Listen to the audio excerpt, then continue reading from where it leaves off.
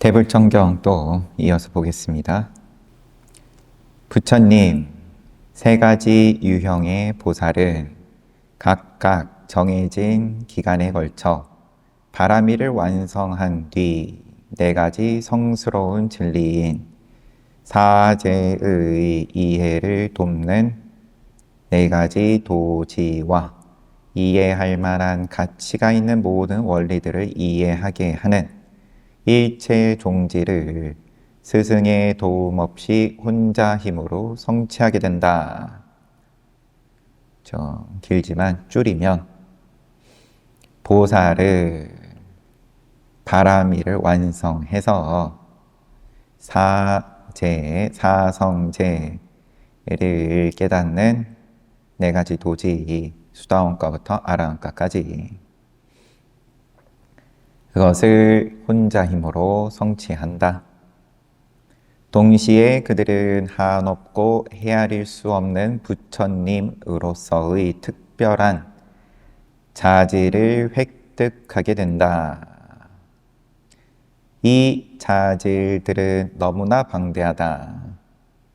한 부처님이 다른 부처님의 자질에 대해서 1만 1겁 동안 설한다 해도 미치지 못할 정도이다. 부처님의 자질은 그러면 부처님이 돼봐야 다 안다라는 거죠. 그러니까 한 부처님이 다른 부처님의 자질에 대해서 1겁 동안 설한다 그래도 부족하다. 그와 같은 깨달음을 성취한 3계에 상대할 이 없는 거룩한 일을 정등각자 또는 바르고 원만하게 깨달은 부처님이라고 한다. 벽지불은 이하승지 10만겁 동안 바라미를 완성한 뒤 네 가지 성스러운 진리를 이해하는 도지로 구성된 깨달음을 스승의 도움 없이 자신의 힘만으로 성취한다. 그러나 일체 종지나 심력 등은 1, 2, 3, 4, 5, 6, 7, 8, 9, 10 할 때 심력 등을 성취하지는 못한다. 이렇게 깨달음을 성취한 거룩한 사람을 벽지불, 연각, 독각 또는 하나에 대해 깨달은 부처님이라고 한다. 이제 상수성문보살이라면 일하승지 10만겁 동안 바라미를 완성할 것이고, 대성문이라면 10만겁 동안, 일반 성문이라면 100겁, 1000겁 또는 그보다 더 적은 겁 동안 바라미를 성취하게 된다. 그러한 성문보살은 사제를 이해하는 도지로 구성된 깨달음을 스승인 부처님의 도움으로 획득할 것이다. 이렇게 성문의 깨달음을 성취한 거룩한 사람을 깨달은 성문이라고 한다. 스승의 도움이 필요하다 그랬죠. 성문은. 그 보살은 상수 성문이나 대성문 또는 일반 성문 중 하나가 된다. 그래서 사리불존자, 몽견존자 두 분은 상수 성문이었다. 부처님이 하는 일.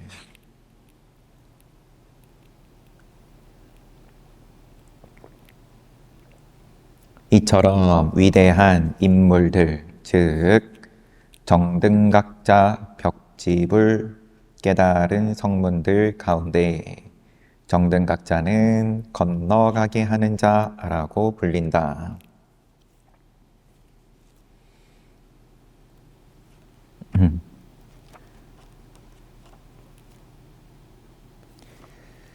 다른 사람을 건너게 하는 자라는 뜻.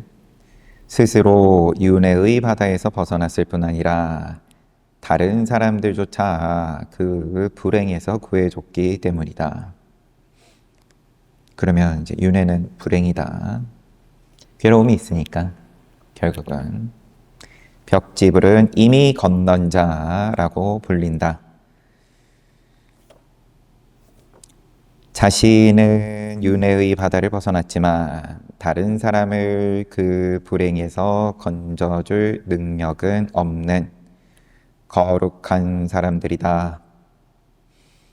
자기는 건너갔고, 그런데 다른 사람들을 건네줄 수 있는 힘은 없고, 벽지불에 대해서 좀 더 자세히 알아보자. 벽지불은 정등각자가 출현한 시기에는 나타나지 않는다. 그들은 오직 두 부처님이 다른 시기에 출현할 때 그 사이에만 나타난다.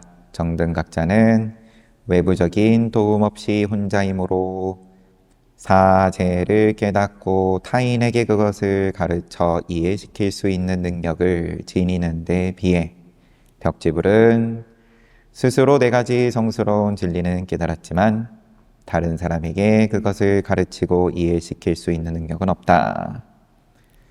도와 결과, 열반을 꿰뚫었지만 깨달음을 성취하기 위해 겪었던 개인적인 경험을 자세히 말해주는 능력이 없는 것이다. 그러한 출세간적인 교서를 표현할 적절한 술어학을 구비하지 못했기 때문이다. 쉽지 않다. 출세간에 대해서 그러면은 말로 표현을 아니면 꼭 말이 아니더라도 어떤 방편으로든 간에 이제 이 출세간을 눈 열게 해주는 것이 쉬운 일이 아니다. 따라서 주석가들에 의하면 벽지불이 지니고 있는 네 가지 진리에 대한 지식은 제대로 표현할 줄도 모르는 어리석은 사람의 꿈이나 무지한 농부의 도시 구경에 비유되기도 한다. 조금 신랄해요, 비유가. 벽지불의 사성제에 대한 지식은 본인은 벗어났는데 쓸모없다. 남한테 도움이 안 되니까. 그래서 무지한 농부의 도시 구경에 비유된다. 이와 같이 벽지불 즉 이미 건넌 사람은 자신의 윤회는 이미 건넜지만 남까지 건너도록 도와줄 수 있는 위치에 있진 않은 거다. 벽지불은 비구가 되고자 하는 자에게 비구계를 줄 수 있고 그들에게 성스러운 생활을 위한 특별한 수행법을 제시할 수도 있을 것이다. 예를 들어서 이처럼 고요하게 그대들은 앞으로 걷고 뒤로 걸으며 보고 말해야 한다는 식으로 가르칠 수는 있다. 그러나 마음과 물질을 구별하는 방법은 가르칠 수 없으며 존재에 대해서도 그 특질을 드러내는 술어인, 무상고무화 등으로 가르치지 못한다.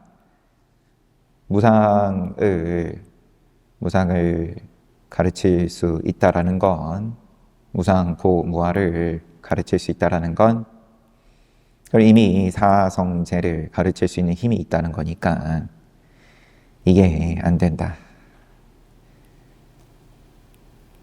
이렇듯 남으로 하여금 도와 결과의 꿰뚫음이라는 단계에 이르게 하지는 못하는 거다. 성스러운 성문은 성문보살들로서 이미 건너진 자라고 불린다. 이제 성문이니까 자기 발로 간 거, 자기 발로 가기는 같지만 스승의 도움이 있은 거니까. 그래서 그들은 정등각자의 도움을 받아 윤회의 바다를 건넜고 구제되었다. 훗날 사리푸타 장로가 되는 방랑 종교인 우빠티사의 예를 들어보자. 부처님 교단에 들어오기 전에 이름 우빠티사, 목련존자는 꼴리따. 그는 아싸지 장로로부터 다음과 같은 식구를 듣고 개송 듣고 예류과를 성취했다. 모든 존재는 원인에서 발생하니 원인이 있다. 이제 고집 열에는 그 원인을 설한다. 이것은 개송의 전반부. 그렇죠. 멸하고 도가 아직 안 나왔으니까. 나머지는 그 존재들의 멸함도 원인에 의해 멸한다. 라고 대사문은 설한다. 이 경우를 두고 어떤 사람은 성스러운 성문이라 남으로부터 구제받은 사람인 동시에 남을 구제하는 사람이라고 생각할 것이다. 그러나 부처님의 제자가 펴는 가르침은 부처님에게 그 기원을 두는 것이지 결코 성문 자신으로부터 나오는 것이 아니다. 성문은 스승의 가르침이나 안내 없이 절대 교리를 설파할 수 없다. 그러니까 혼자 깨닫는 입장은 부처님 또는 벽지불도 포함이 되겠지만 벽지불은 자기가 깨달은 걸 남이 깨닫게 해주지는 못하고, 그럼 성문도 부처님 일대기에 무수히 나온 그 아라한들이 또 다른 비구든 아니면 선남자 선녀인이든 제도를 시켜주는데, 그건 뭐냐? 그거는 이제 부처님께서 홀로 깨달으신 것을 가르침을 받은 거를 또 전달을 해주는 거니까, 성문도 깨닫게 해줄 수는 있는데 자기가 혼자 깨친 걸로 깨닫게 하는 게 아니라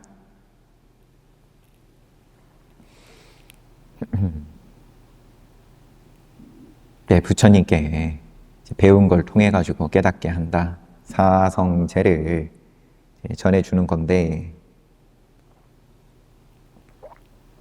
그럼 벽지불은 어떻게 되나 싶으니까 여튼 그게 중요한 건 아니고, 성문은 스승의 가르침이나 안내 없이 절대 교리를 설파할 수 없다. 그러므로 성문은 이미 건너진 자이지 건너게 하는 자가 아니다. 스승의 도움 없이 결코 네 가지 성스러운 진리를 깨달을 수 없으며 도와 결과에 대해 깨닫는 것은 스승의 도움과 안내가 있을 때만 가능하기 때문이다.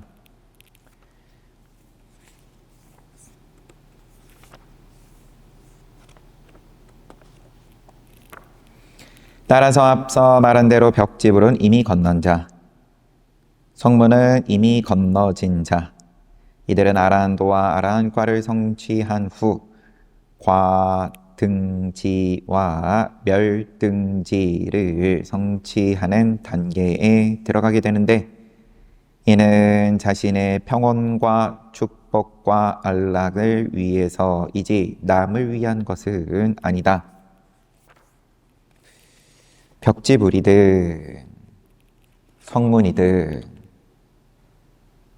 등지는 사마파티 이제 삼매. 그러면 과 삼매이든 멸 삼매이든 들어가는데 자신을 위한 거다. 과등지는 아라한과의 정신적 경지를 뜻하고, 멸등지는 그 후에 성립되는 상수멸이라는 최상의 선정의 경지를 뜻한다. 아라한과를 성취한 후에 멸정에 들어간다는 진술은 초기 불교 선정론의 핵심과 맥을 같이 한다. 이제 이거 가지고 또 여러 가지로 설왕설래 하다 보니까 그런 거겠죠. 아라한과 하면 끝이지 그 뒤에 뜻은 무슨 멸 등지를 이야기를 하냐 등등. 여튼 그런데 포인트는 자신의 평온과 축복과 안락을 위해서 들어간다. 반면에 정등각자가 자신만의 이익을 위해 활동하는 경우란 없다. 제 정등각자의 경계는 자기다 남이다 이제 이 구분이 있기 전, 그 나눠지기 전 이제 그런 경계이다 보니까 나를 위해서, 나의 이익을 위해서 한다, 남의 이익을 위해서 한다, 이런 말이 붙을 자리가 없는 거죠. 실제로 그가 바라미를 완성하기 위해 노력하던 시기에도 4가지 성스러운 진리를 파악하였으니 남들도 나처럼 될 수 있도록 해야겠다고 마음 먹었을 정도이다. 따라서 정등각자의 경우 부처님의 5가지 의무를 밤낮으로 쉬지 않고 완수하고자 노력하는 것이다. 이처럼 부처님의 5가지 의무를 완수해야 하는 정등각자는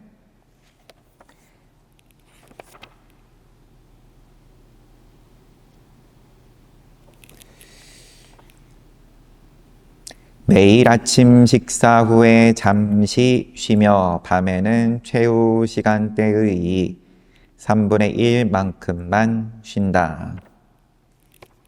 부처님의 스케줄 우리가 봤었죠. 밤의 시간대 오후 9시부터 오전 6시까지. 그럼 3시간, 3시간, 3시간 이런 거겠죠. 3분의 1씩 하면. 이렇게 밤인데 이는 9시부터 밤 9시부터 12시까지 첫 번째 시간대, 그 다음 새벽 3시까지 두 번째, 그 다음에 6시까지 세 번째 시간대. 부처님께서는 이 중에 마지막 시간대 새벽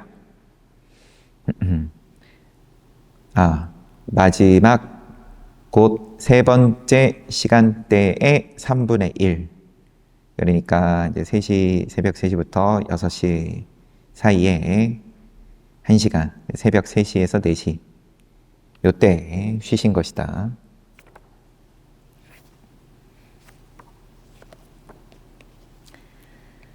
그리고 나머지 시간은 5가지 의무를 완수하면서 보낸다. 이는 부처님이 지니는 특유하고 지고한 정진력과 영광스러운 힘으로만 완수할 수 있다. 결코 벽지불과 성문의 영역이 될 수 없다.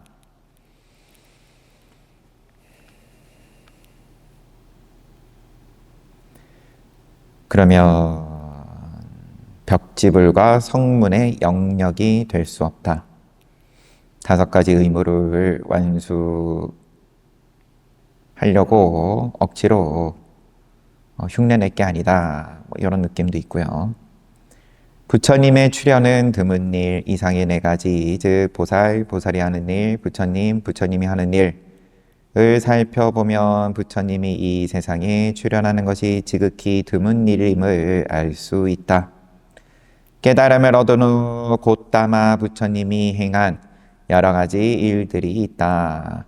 기만에 가득 찬 외도들을 극복한 일, 한 쌍의 기적을 보인 일 등이다. 부처님이 드러낸 이러한 힘과 영광을 보고 들은 많은 사람들은 성불하고자 하는 마음을 일으켰다.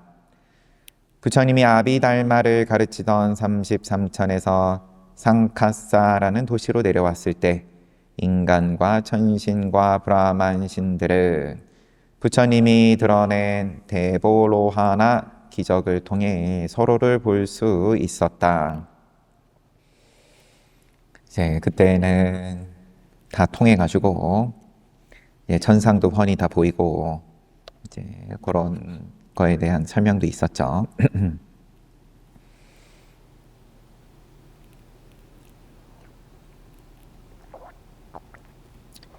대보로하나 천신의 영역에서 내려온 이때 일어난 기적을 가장 큰 특징은 온 우주를 한 끝에서 다른 끝까지, 바닥에서 천정까지 볼 수 있다는 것이다. 거기서는 서로를 보는데 방해하는 것이 없다. 인간이든 천신이든 모든 존재들은 서로 볼 수 있고 서로에게 보일 수 있다. 부처님은 이 기적을 통해 무한한 우주를 8방향으로 그리고 위로는 유정천에서 아래로는 아비지옥에 이르는 방대한 영역을 사람들 앞에 전개했다. 그날 그러한 부처님의 영광스러운 위력을 접한 수많은 사람들 중에서 성불을 원하지 않은 사람이 없다. 자기 보이는 만큼 욕심내는 거니까 또 지옥까지 또 보이는 거니까 또 보이는 만큼 두려운 거고.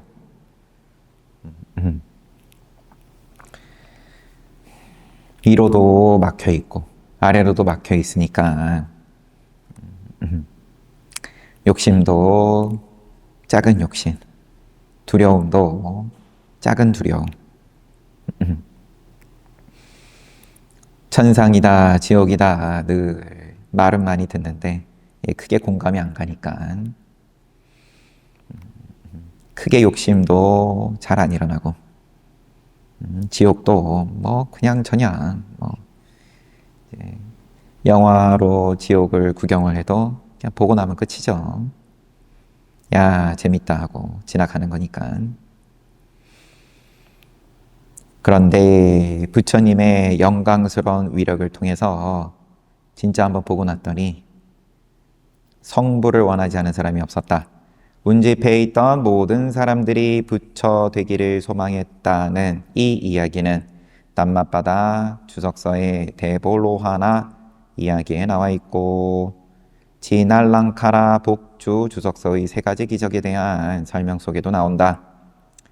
부처님이 연출한 이 장관을 보거나 듣고서 부처 되기를 소망했던 사람들은 많았지만 믿음과 지혜, 의지와 정진력이 약한 사람들은 바라밀의 수행이 매우 복잡하고 다양하다는 사실을 알고 나서는 움츠러들 수밖에 없었다.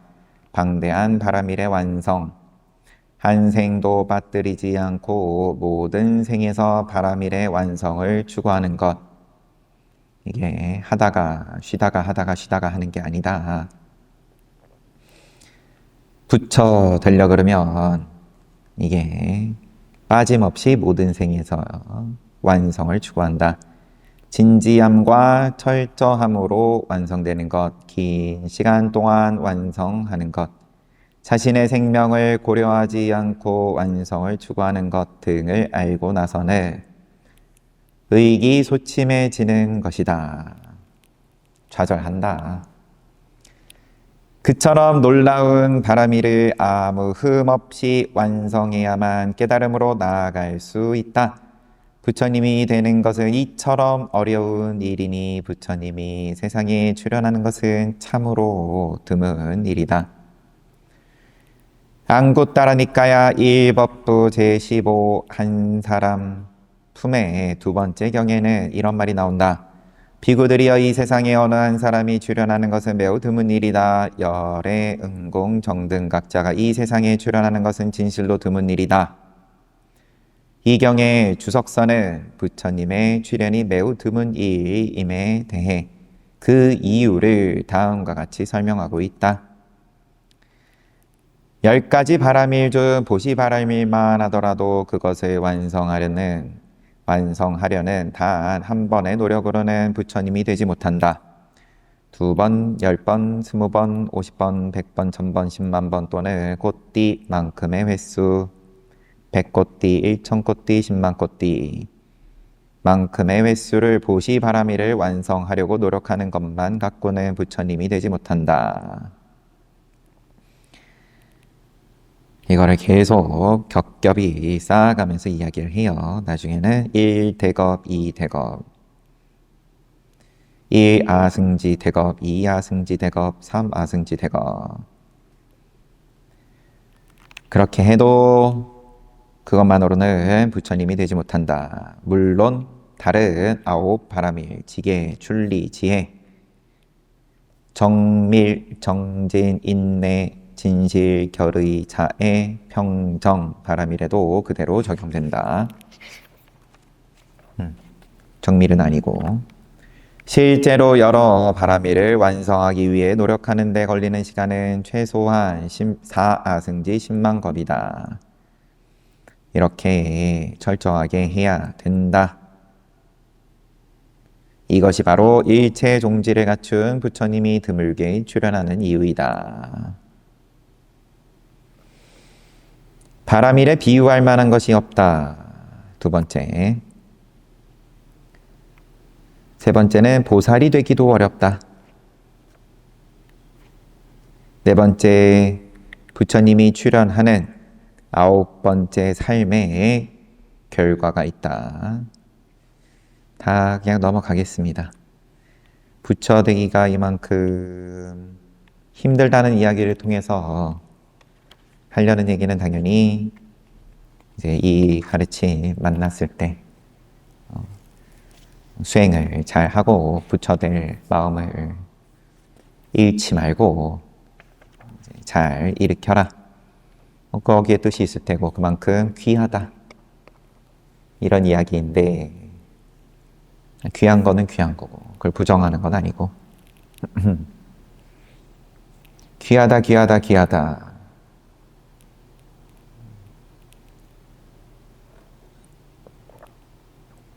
그러면은 너무 귀해가지고 참 부처되고 싶지만 이게 너무 난이도가 높아서 이제 좌절한다, 의기소침해진다.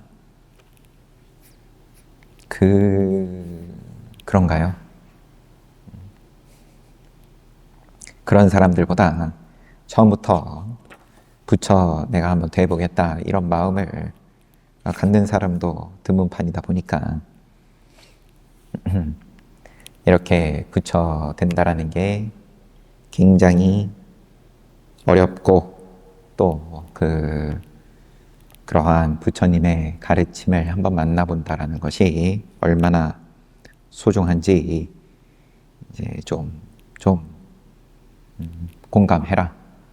이제 이런 말을 통해서 포교가 될 수 있으면 좋은 일인 거고. 2장 수메다 바람은 부처님의 꽃다마 부처님의 과거 전생입니다. 수기를 받을 당시에 수메다 바람은 여러 부처님들의 일대기에 관한 정보가 실려있는 붓다 왕사는 부처님이 깨달음을 얻고 처음으로 고향인 카필라와투시를 방문하여 자신의 동족인 석가족에게 가르침을 편 이야기를 전한다. 깨달음 얻고 카필라와투 가시죠. 이제 2번 방문에 대해서 이야기를 보통 하죠.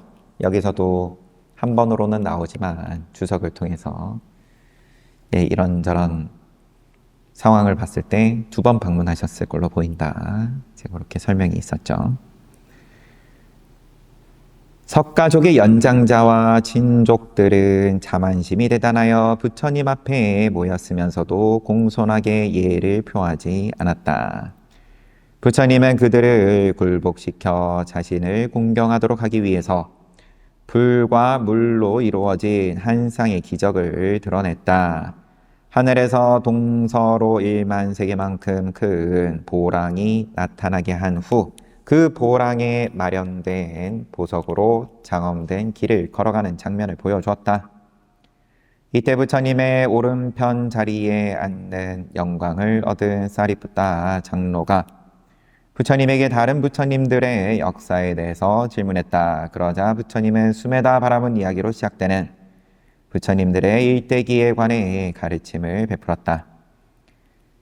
제1결집 때 대장로였던 마하카사파 존자, 아난다 존자 등은 서문과 더불어 붓다 왕사의 모든 내용을 송출하고자 했다. 결집 때 붓다 왕사 내용을 이제 쭉 아난다 존자가 쭉 외우고 대중들이 모두 동의해서 또 따라서 외우고 그랬겠죠. 그래서 먼저 송출 방식을 정한다. 브라마 처 로카디파니 사한파띠라는 식구부터 송출하기 시작을 했다. 대화는 사리푸타 장로의 요청에 부처님이 답변하는 식으로 이루어졌으며 수메다 바라문의 이야기부터 시작됐다. 사아승지 10만겁 전에 아마라와띠라는 번창한 도시가 있었다. 모든 면에서 잘 계획된 그 도시는 주석을 잠깐 보면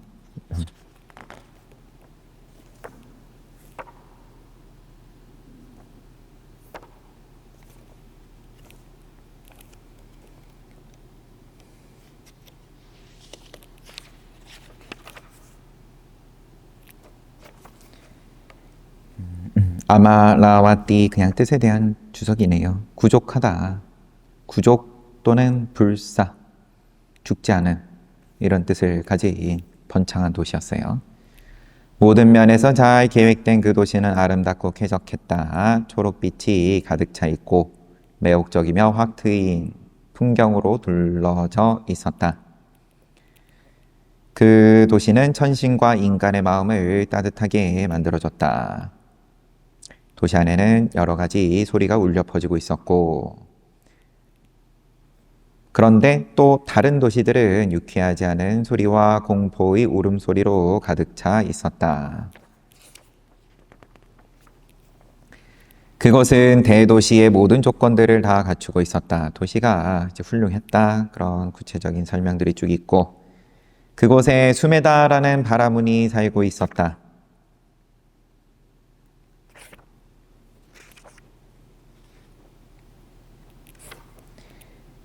그의 어머니는 오랫동안 바라문 혈통을 유지해 오던 가문의 자손이었고 아버지 역시 그러했다. 바라문 가운데서도 그러면은 집안이 이제 좋은 집안인 겁니다. 그러므로 그는 출생에 있어 아버지뿐 아니라 어머니 가문에서도 순수한 바라문 종성이었다. 그래서 이 사람은 자신의 7대 조에 이르는 동안 열등한 출생이 개입된 적이 있다는 출생에 얽힌 비난을 받지 않았다. 또한 그는 덕스럽고 건강한 어머니에게서 태어났으니 결코 비난받거나 경멸될 수 없었다. 실로 그는 누구에게나 매력적이고 대단히 아름다운 외모를 지닌 순수한 바라문 종성의 남자였다. 재산으로 말하자면 또 이제 많다라는 표현이 쭉 있고 세 가지 베다인 이루베다, 야주베다, 사마베다를 연구했다. 완전 무결하게 외웠다. 어학에도 능통하고 수사학에도 능숙하고 문법학에도 능숙하고 역사학에도 능숙하고 로카야타에도 능숙했다. 로카야타는 일종의 철학적인 활동으로 선행을 북돋우기보다 윤회를 연장시키는 행위를 선호한다. 아울러 보살이나 미래의 벽지불과 같은 위대한 사람의 여러 가지 특징을 다루는 철학적 활동을 말한다. 그는 또한 고대의 스승으로부터 이어온 바라문의 지식 체계를 전수받은 완벽한 스승이었다. 수메다의 부모는 그가 어렸을 때에 생을 달리했다. 그러자 가문의 재산을 관리하던 사람이 재산의 목록을 가지고 와서 가득 찬 보물 창고를 그에게 보여주면서 말했다. 주인이시여, 이것은 어머니 쪽이 당신께 상속한 것이고 이것은 아버지 쪽이 당신께 상속한 것입니다. 그리고 이것은 조상 때부터 당신께 상속된 것입니다. 조목조목 알려주면서 마음껏 즐기십시오. 이 모두가 당신께 상속된 것입니다. 수메다가 이제 어떤 입장이었는지 집안도 좋고 재산도 많고 여러 가지 모든 다양한 학문에 있어서도 능통하고 거기다가 또 부모가 어렸을 때 생을 달리해가지고 재산을 다 상속받았다.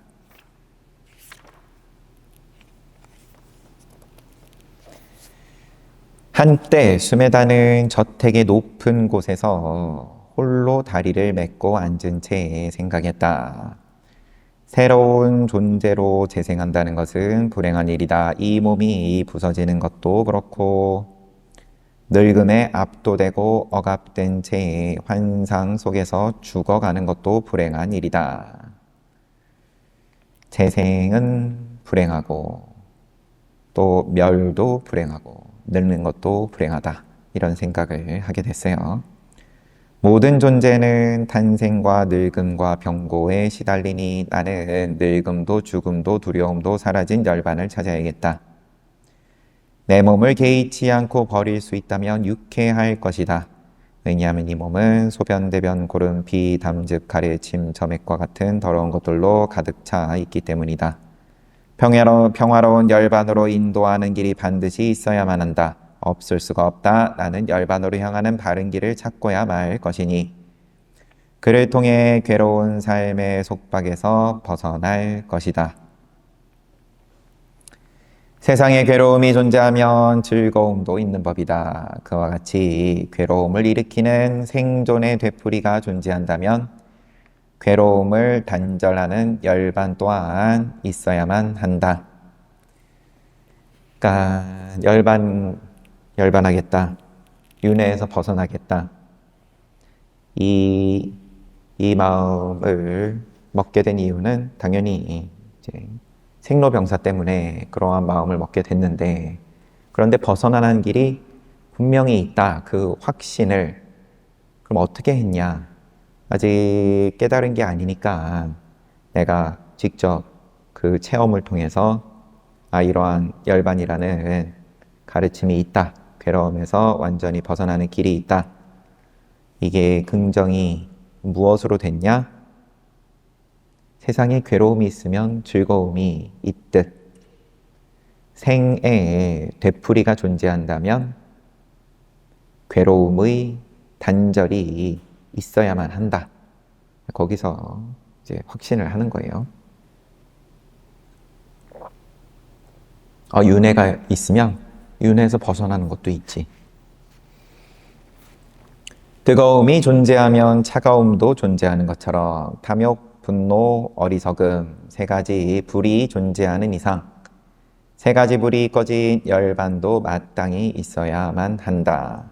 악이 존재하면 선이 존재하는 것처럼 재생이 존재하는 이상 재생으로 이끄는 가능성마저 완전히 제거된 열반도 마땅히 있어야만 한다.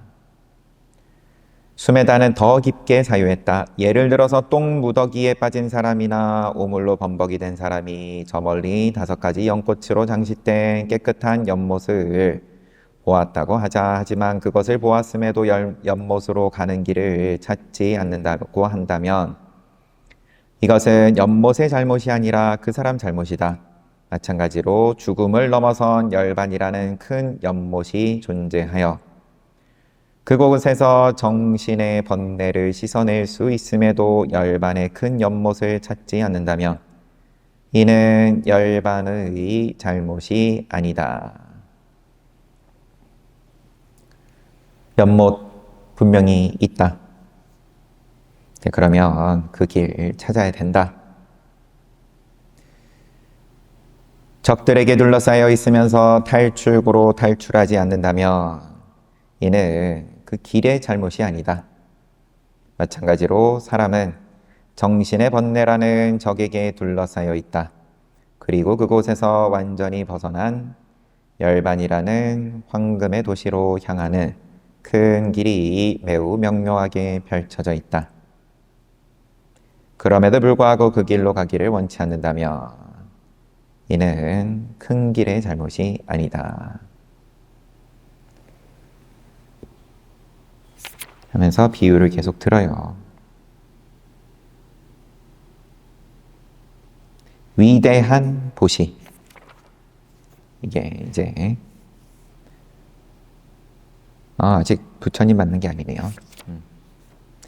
현자 수메다는 열반을 성취할 수만 있다면 몸이라도 버리겠다고 심사숙고한 뒤에 생각하기를 아버지, 할아버지, 그리고 과거 7대 선조들은 이토록 많은 재물을 모아놓고도 단 한 푼도 지니지 못한 채 그냥 가버렸다. 나는 열반에 이를 때까지 이 재물들을 가지고 갈 수 있는 방법을 찾아야겠다. 열반에 이를 때까지 이 재물들을 내 조상들은 못 가져갔는데 난 이거 가져가는 방법을 찾아야겠다.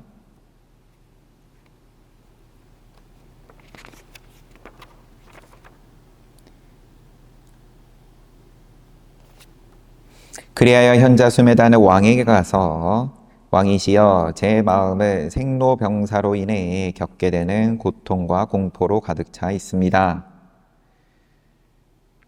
저는 제가 생활을 청산하고 사문이 되고자 합니다. 저에게는 수천만 양의 재물이 있습니다. 그것을 받아주십시오. 왕이 나는 당신의 재물을 원하지 않습니다. 당신이 원하는 대로 처리하시오. 수메다는 좋습니다 왕이여 라고 말한 뒤에 큰 북을 세게 치면서 아말라와띠시 저녁에 선언했다. 원하는 자는 이리 와서 나의 재물을 가져가시오. 그리하여 그는 자신의 전 재산을 처지와 빈부를 가리지 않고 모든 이에게 보시했다. 이렇게 보시하는 것이 다음 생에 가져가는 길이다.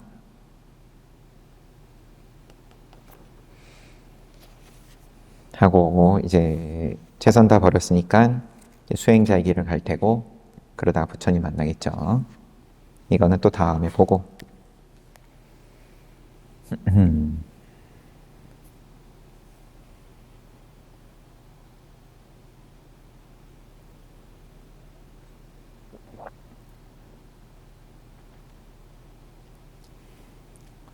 제 이런 근본불교 경전을 한문으로는 또 아함이라고 아함경이다 이렇게 이야기를 합니다. 아함을 지나서 이제 방등, 반야,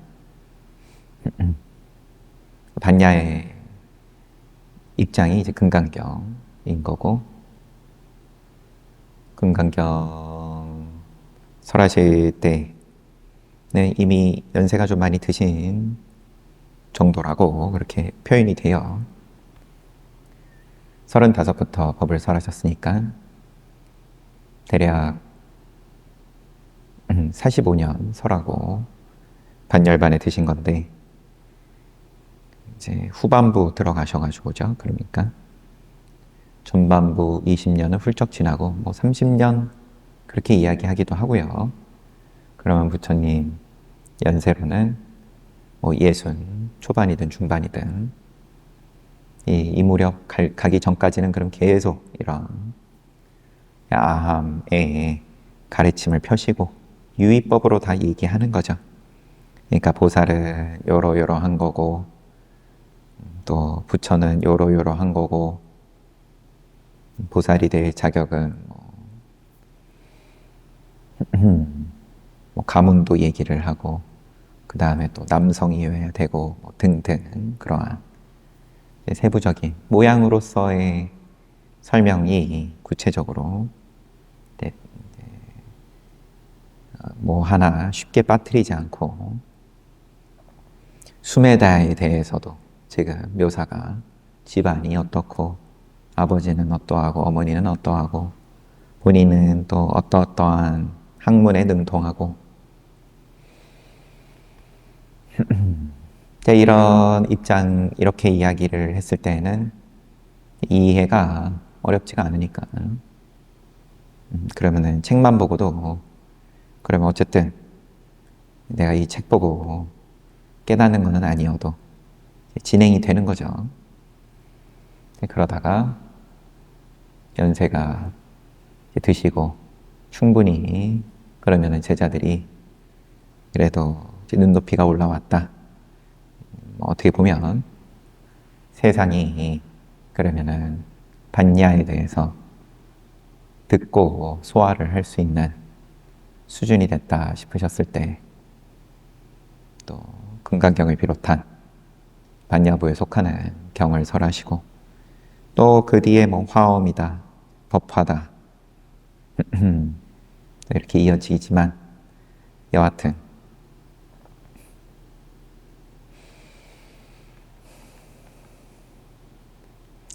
그럼 이런 경도 오늘날은 이런 이야기도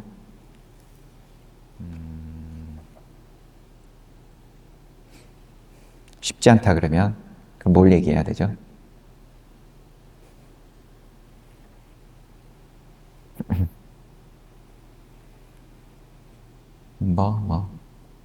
인연 따라 흘러가는 거니까요. 팥죽 잘 먹었는데 뭐.